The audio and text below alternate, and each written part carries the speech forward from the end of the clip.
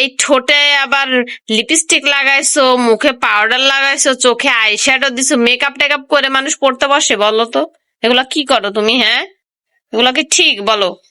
মাশাআল্লাহ, কবুতরের বাচ্চাগুলো কি সুন্দর দারুণ হয়ে গেছে আমার কবুতরের বাচ্চার। এই যে এরা হলো খাঁচার আমার সৌন্দর্য, এত সুন্দর লাগে এদেরকে দেখলে। এরা না থাকলে মনে হয় খাঁচা ফাঁকা ফাঁকা লাগে।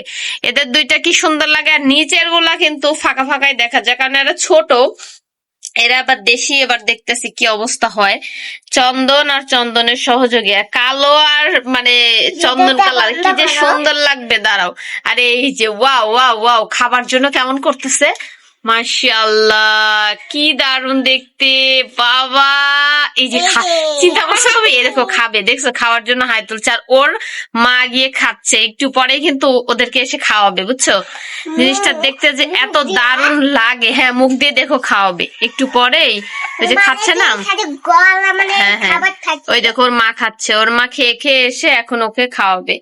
আর এই যে এখানে আমার অনেক অনেক পাখি আসে, সুন্দর। আর আজকে কিন্তু অনেক রোদও বেরোইছে, ভালোই, এখানে অনেক রোদ।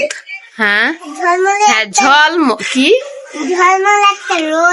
ঝলমলে রোদ? ও সুন্দর, আচ্ছা বুঝতে পারছি, অনেক সুন্দর। তুমি যে আজকে কিন্তু ঠিক মতো পড়বা, বুঝছো? দুষ্টামি করো তুমি শুধু।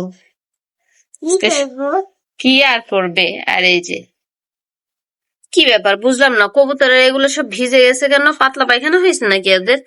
একটু কেমন ঝিমঝিম মারতেছে, ভাল লাগতেছে না তো চেহারাটা, মানে ওষুধ আবার খাওয়াতে হবে। এইসব কবুতরে অসুস্থ হইলে ভাল লাগে না।